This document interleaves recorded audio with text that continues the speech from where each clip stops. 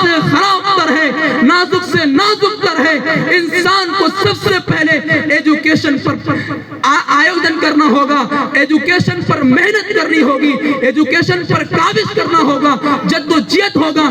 جتنا سے زیادہ ہو سکے اپنے بچوں کو پڑھاؤ لکھاؤ۔ میں یہ نہیں کہتا کہ اپنے بچوں کو سائنس دان بناؤ، میں آپ کو یہ نہیں کہتا کہ آپ اپنے بچوں کو میتھ نہیں پڑھاؤ، میں آپ کو یہ نہیں کہتا کہ آپ اپنے بچوں کو جغرافیہ نہ پڑھاؤ، بلکہ میں یہ کہتا ہوں کہ اپنے بچے کا آغاز اس اللہ پرمیشور، اس اللہ جل شانہ کی کتاب قرآن مقدس سے آغاز کرو، کیونکہ ہر دھرم میں کوئی بھی سناتن دھرم سے تعلق رکھنے والا ہو، مسلم طبقے سے رکھنے والا ہو، کوئی بھی تہذیب سے تعلق رکھتا ہے، اس کے گرنتھوں میں ایک پاک پوتر کتاب ہوا کرتی ہے۔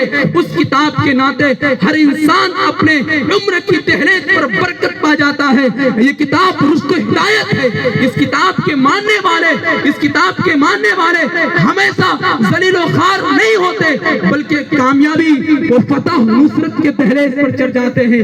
تیسری بات یہ کہنا چاہوں گا، ہماری ذمہ داری صرف اپنی ذات سے محدود نہیں رہتی، بلکہ تمام علاقے، تمام خاندان، تمام محلے تک یہ بات محدود رکھتی ہے کہ اپنے والدین کی عزت کریں، اپنے والدین کی خدمت کریں، بڑوں کی عزت کریں، بڑوں کا احترام رکھیں، چھوٹوں سے شفقت کریں، معاشرے میں جو برائیاں ہیں ان کو ختم کریں۔ یہ تمام ذمہ داری اپنی اجتماعی ذمہ داری بنتی ہے، کیونکہ اگر اس بات کو آپ نہیں اپنائیں گے، اس لیے یہ بات نہیں مانی جاتی ہے۔ جو لوگ اسٹیج پر بیان کرتے ہیں، جو لوگ اسٹیج سے اس بات کو درشن دیتے ہیں، ان کی باتوں پر غور اس سے نہیں کرتے ہیں کہ آپ کا سماج اچھا نہیں ہے، حکومت سے سماج اچھا نہیں ہو سکتا ہے، لیڈر سے اچھا سماج نہیں ہو سکتا ہے۔ اگر سماج میں امن و شانتی کا ماحول برقرار ہو سکتا ہے میرے متروں، میں آپ کو کہنا چاہوں گا، آپ کو اچھا انسان بننا ہوگا، آپ کو اپنے اندر ایجوکیشن پیدا کرنا ہوگا،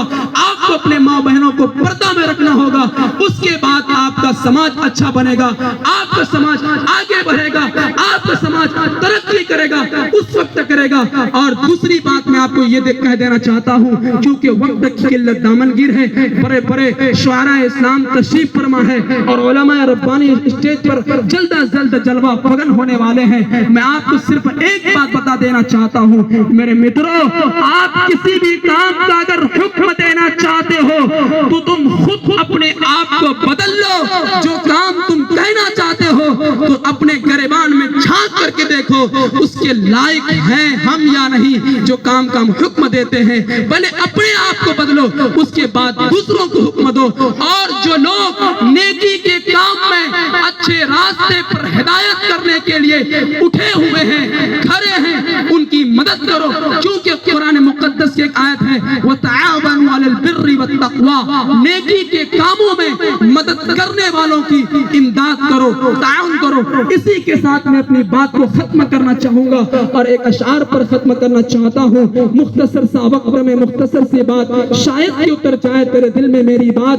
اپنے کردار کو سنوارو گے تو سدھر جاؤ گے، اپنے کردار کو سنوارو گے تو سدھر جاؤ گے، ورنہ لوگوں کی نظروں سے اتر جاؤ گے۔ داغے رسوائی سے دامن کو بچاؤ ورنہ، داغے رسوائی سے دامن کو بچاؤ ورنہ انگلیاں لوگ اٹھائیں گے جدھر جاؤ گے۔ وآخر دعوانا ان الحمد للہ رب العالمین۔